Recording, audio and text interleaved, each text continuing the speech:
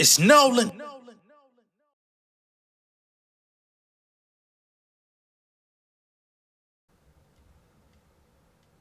Southside. I'm some more label, going straight from the dirt. Double my grind, just a triple my word. Rockin' the same clothes from the first to the third. Say what you want. Motivated by grace, but I don't like them. It's for the industry and all them haters that comprise it. I own my image and likeness. I'm fighting like Leonidas. To be righteous is key.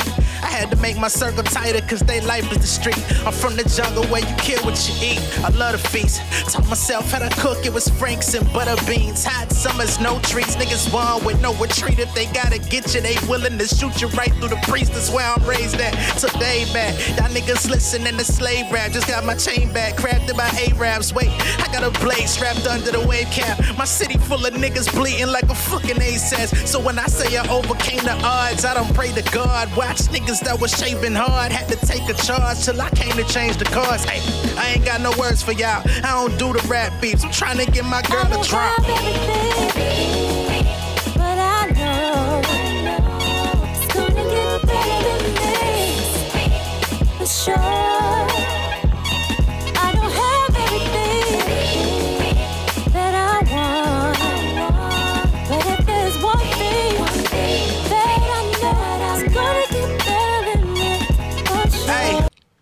What's going on, beautiful people? It's the kid J Nolan here. Welcome back to another episode of Inside the Industry, your number one source for music, entertainment, commentary, and breakdowns. Hope everybody is doing well. Yes, I know I've been away for, it ain't been long, but for today, you know what I'm saying? I know y'all were probably expecting at least a daily show of some sort, a bit earlier, but, family takes precedence, got some real stuff going on in real life. So, hey man, gonna see y'all when I see y'all, but I am gonna be knocking out some content for y'all so y'all can stay up to date with what's going on in the game. You know what I'm saying? And get your boys' perspective on it, no less. All right. So in this particular video, we're going to be talking about DJ Akademiks. Now, there's some people on here that I've seen in the comments and they be like, bro, why do you talk about DJ Akademiks if you claim to not like him? Well, DJ Akademiks is one of the premier sources in hip hop. Whether you like him or not, that's what he is, right? He has a direct line to one of the biggest artists in hip hop, aka Drake. He's been a messenger for that artist all throughout the year. So if he says something that's a direct quote from Drake and nobody else has that quote, am I supposed to skip out on the quote because Akademiks said it? That doesn't really make sense. That don't mean I like the dude. That don't mean I'm cool with the dude. That don't mean nothing. You know what I'm saying? So anyway, we're going to be talking about Akademiks because he decided to take to social media the other day and he decided he wanted to put out some sort of joke regarding Kendrick Lamar's hair. Okay. And unfortunately, on the heels of him putting that joke up, the joke actually got spun around and it backfired with additional lawsuit details about the SA case that was released on him earlier this year or around last year. I think is when it originally surfaced, but this year it's definitely been on his neck.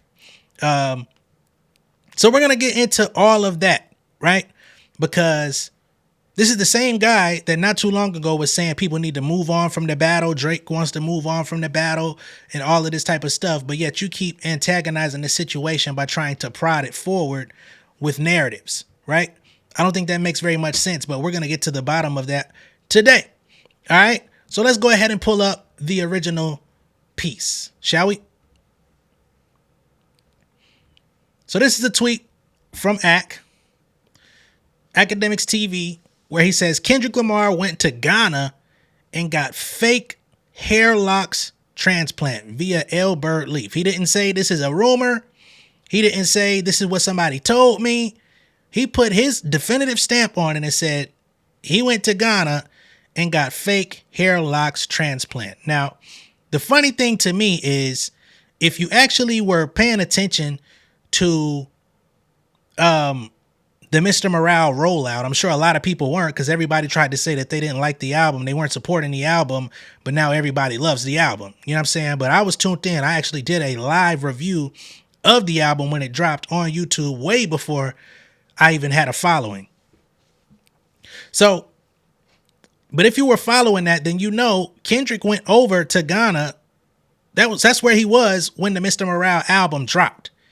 And his hair was already done when he arrived. So how could he go over there and get a lock transplant? You know, it's just foolishness. All right. But we're going to keep this thing rolling because this is what they're saying. Kendrick Lamar in Ghana with his faux locks, taking a photo with, I don't know, maybe that's Elbert Leaf. I don't know. And then on the right, they have an actual description of what faux locks are. So it says, not too many rappers with braids are bold enough to get as experimental as Kendrick when it comes to hair, proven by his faux locks. Now, they're trying to say that he got his hair transplanted into these locks, basically saying he had fake.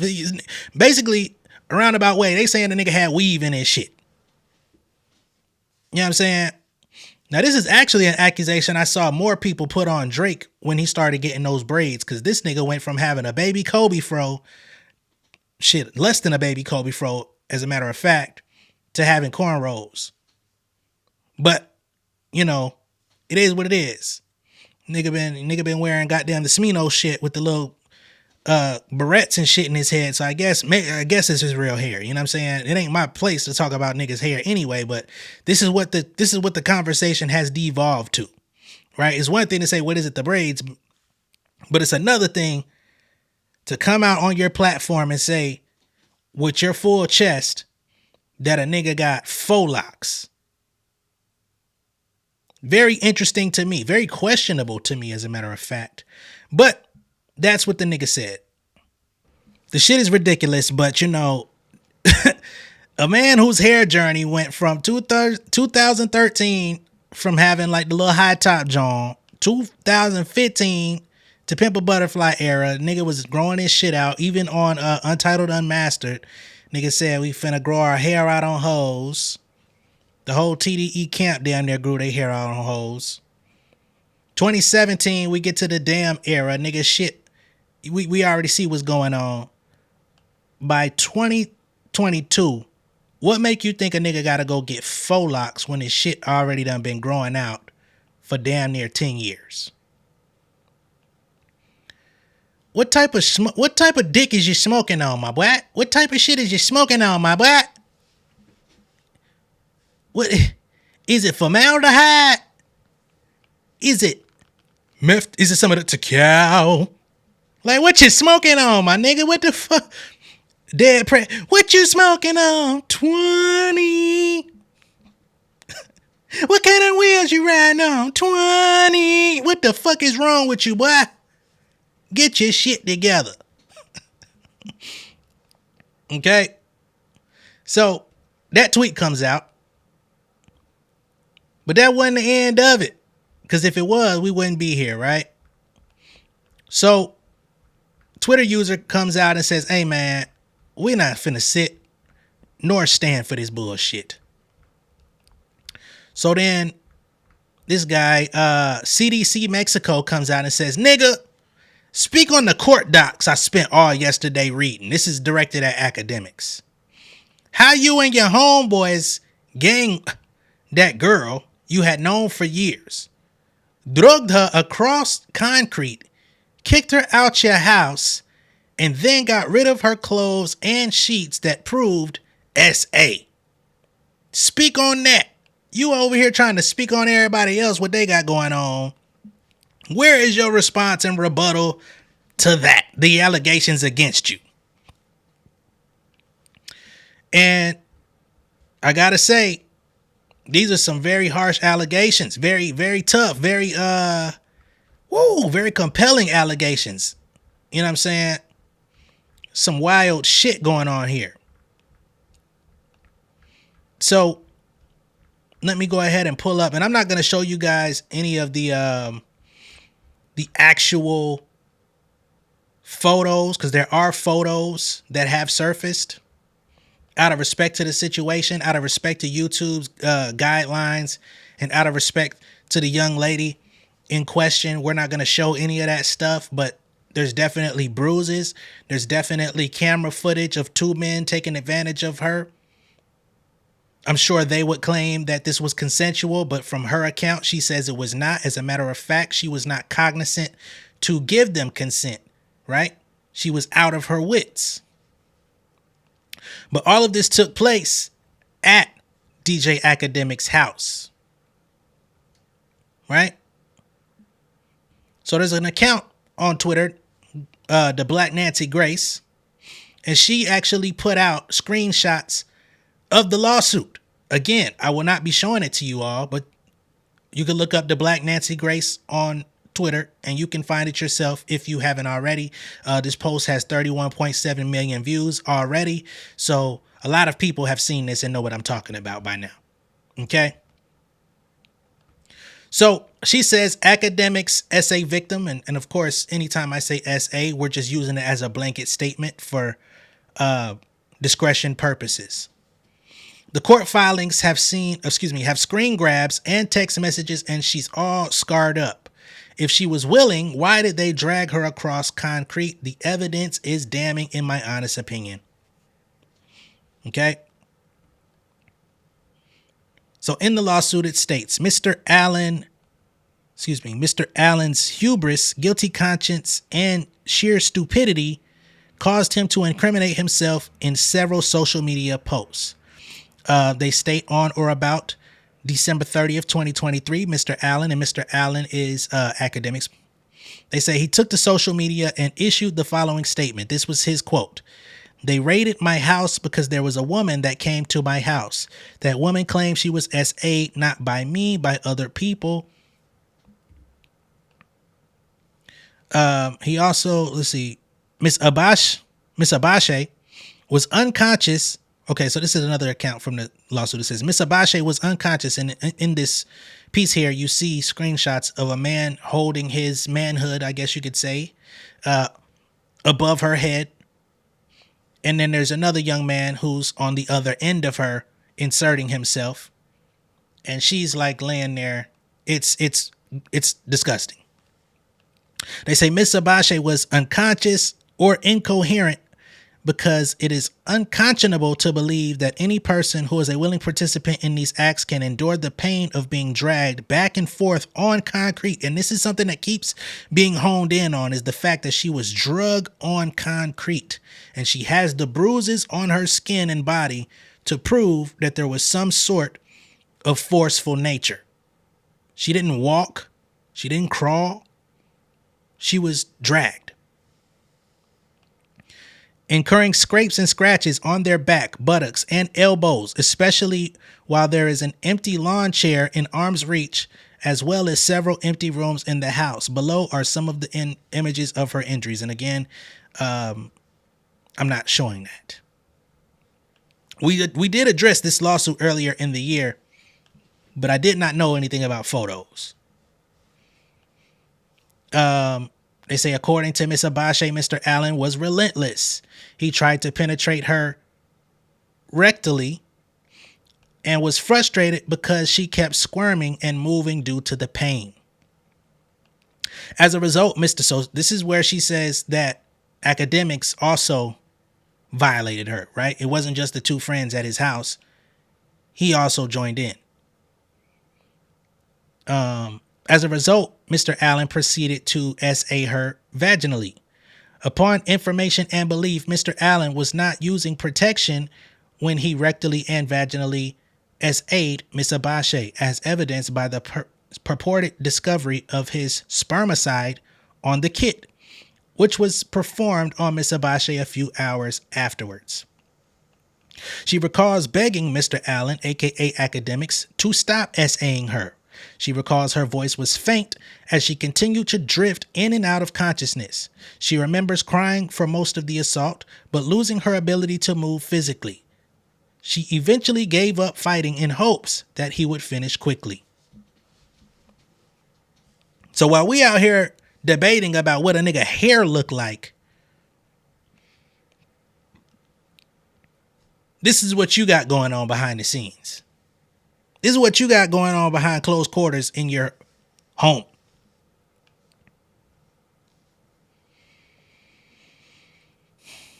She recalls Mr. Allen saying, "Open your mouth,"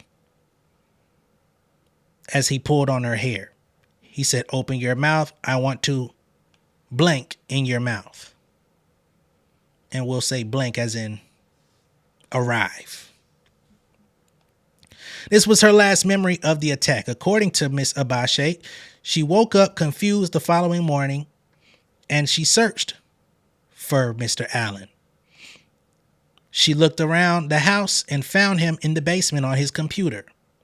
She sat on the floor next to him and he asked her if she knew that his friends ran a choo-choo on her. And of course, I'm trying to use colloquialisms in place of some of these terms because YouTube has guidelines on speech. Okay? To which she said no, she wasn't aware. He kept asking, "Are you sure?"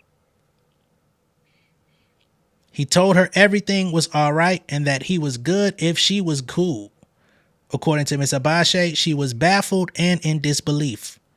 She said Mr. Allen then asked her to follow him into another room where he showed her the contents of a small trash can that had what appeared to be vomit in it.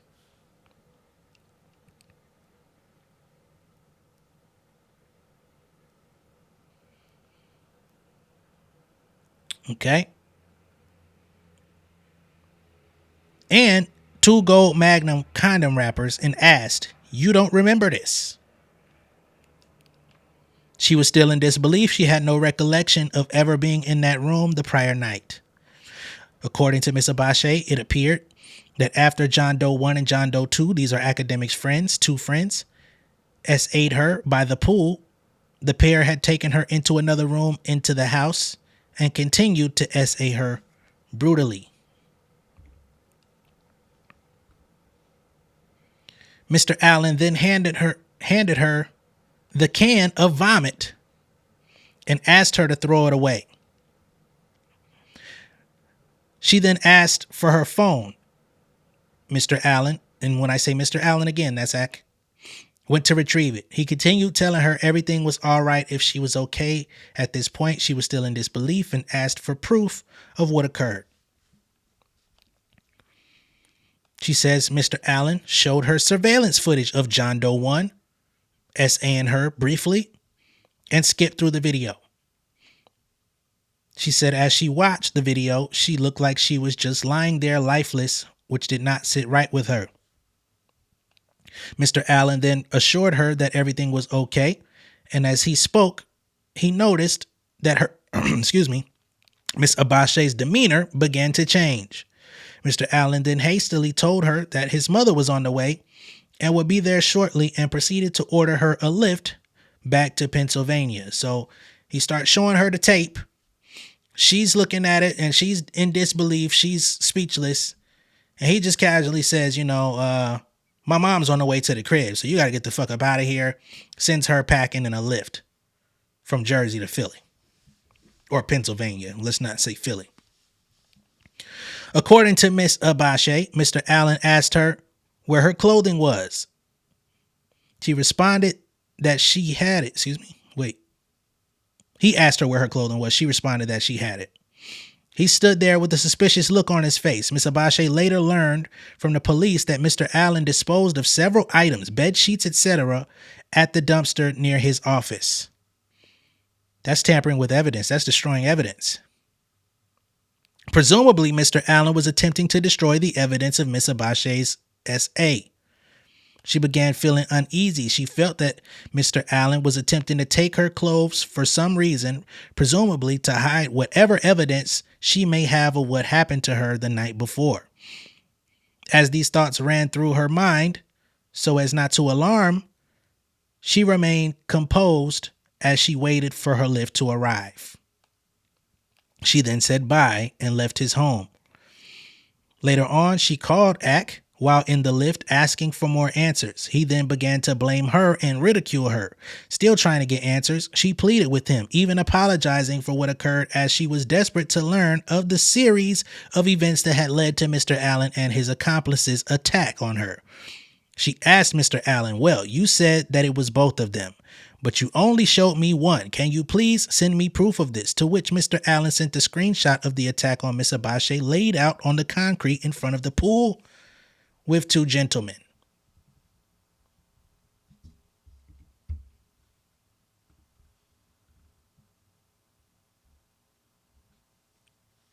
We could keep going. This thing is not short. It's not a small. Again, I'm not showing it on the screen, but there's a lot in these scripts here. Okay. She says this was terrifying to her, as she knew within herself that she would never consent to any of this. Even though she had been previously intimate with Mr. Allen in years past, it was never a threesome or anything other than a one-on-one consensual encounter. As she arrived home, where she felt safest, the reality of what had happened began to set in. Miss Abache also began feeling intense pain. She contacted ACT again, saying she was hurt and wanted to see someone. Miss Abache felt destroyed, but she was also afraid and wanted to know if there would be repercussions from ACT if she were to seek help. She asked him for the complete footage. He refused. He suggested she go get tested for STDs and said he would do the same. Now, why, if she only had an encounter with these two gentlemen, okay, I get that she would need to be tested, but then you said you would go do the same, but you said you weren't involved with her during or after this encounter. So you shouldn't be inheriting anything that was passed on if you weren't involved. Seems a little weird to me.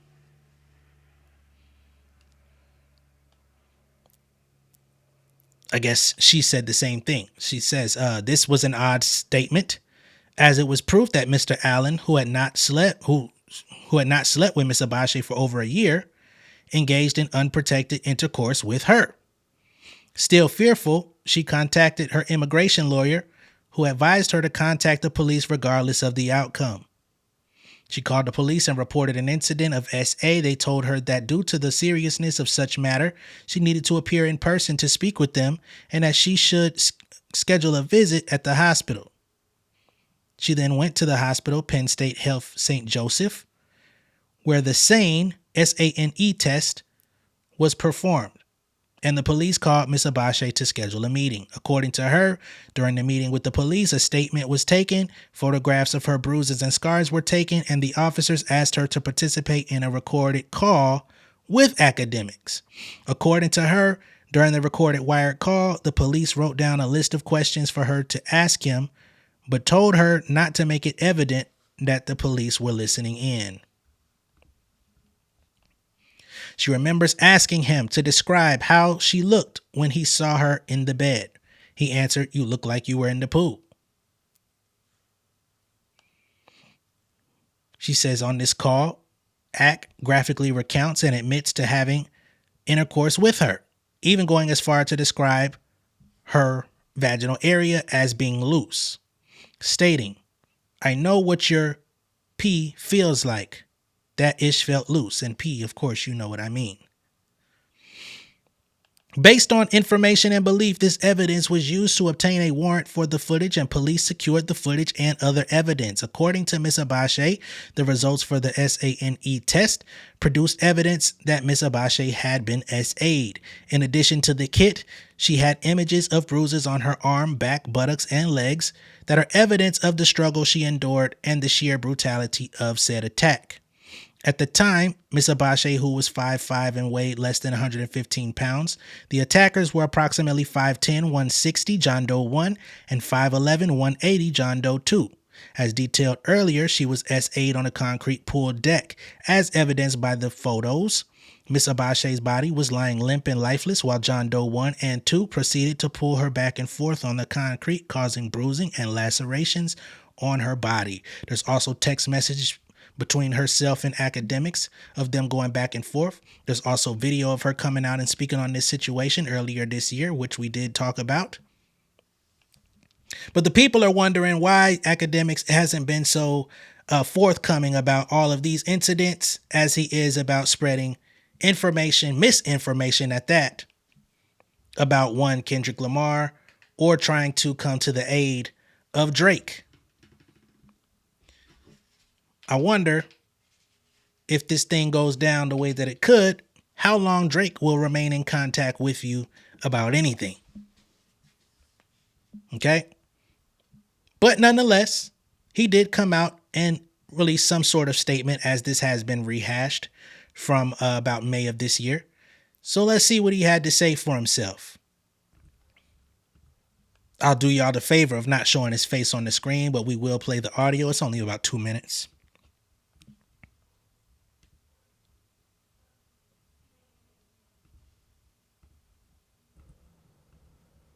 I cooperated. I didn't run to LA like how you did when you killed somebody. I cooperated. I gave over everything. Phones, gave over 10 phones. Everything, take it. There's nothing to hide. There's nothing nefarious. Look through everything. I send my security guard, go, all my security shit is encrypted. Go decrypt it that they don't have to waste time. Go get it. They look through everything. By the way, and I'll get to some of the Twitter stuff, for the people who are talking on the like, whatever, those pictures you see aren't from like some independent investigation. That's me confronting a woman. I sent those to her. I took the screenshots. There's multiple other screenshots that they won't put in that video. You know why? Because it shows like she's awake and alert. What screenshot they gonna have? Which, by the way, the lawyer is trash for having a victim, alleged victim, laying on her, like looking. First of all, who puts a video or a picture like that in a criminal complaint? You wait till trial. Here's the thing. I sent that picture to her to say, I know what you did. This isn't like, oh, they have some. No, I sent it.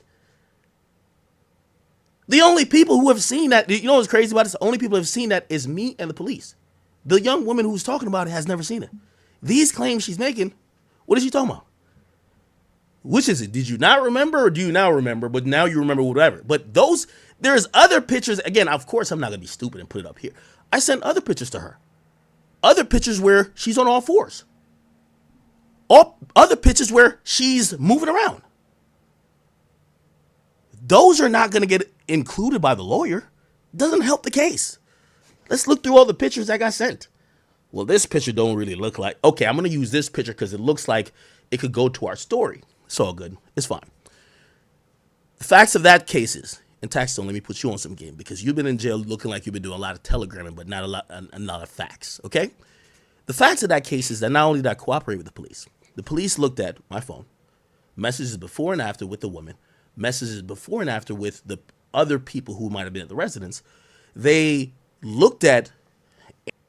All right, so that's where the video cuts off. The only thing that I have to say to this is, even if you have video of her moving around on all fours, there's this little thing. If a person is under the influence, they actually cannot legally consent to anything, right?